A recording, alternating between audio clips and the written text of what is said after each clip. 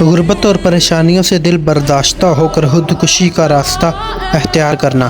نبی کریم صلی اللہ علیہ وسلم نے فرمایا، جس نے پہاڑ سے اپنے آپ کو گرا کر خودکشی کی وہ جہنم کی آگ میں ہوگا اور اس میں ہمیشہ یعنی لمبے عرصے کے لیے پڑا رہے گا، اور جس نے زہر پی کر خودکشی کی وہ زہر اس کے ہاتھ میں ہوگا اور جہنم کی آگ میں وہ اسے اسی طرح ہمیشہ پیتا رہے گا، اور جس نے لوہے کے کسی ہتھیار سے خودکشی کی تو اس کا ہتھیار اس کے ہاتھ میں ہوگا اور جہنم کی آگ میں ہمیشہ کے لیے اسے اپنے پیٹ میں مارتا رہے گا۔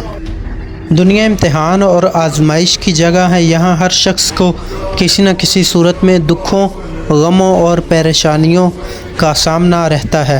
انبیاء کرام علیہ السلام خصوصاً سید الکونین جناب نبی کریم صلی اللہ علیہ وسلم کو اپنی زندگی میں سب سے زیادہ تکلیف اور مشکلات کا سامنا رہا۔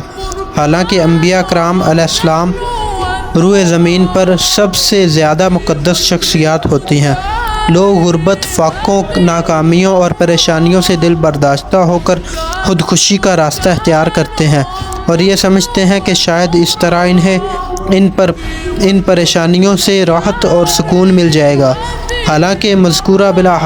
حالانکہ حدیث کے مطابق ایسے لوگ در حقیقت اپنی دنیا و آخرت خراب کر رہے ہوتے ہیں۔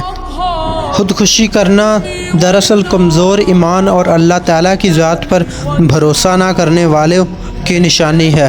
لہٰذا مشکلات اور پریشانیوں کے وقت ہر شخص کو چاہیے کہ وہ اللہ تعالیٰ کی طرف رجوع کرے اور انہیں اللہ تعالیٰ کی طرف سے آزمائش اور امتحان سمجھتے ہوئے ان پر صبر کے ساتھ رضامندی اختیار کرے۔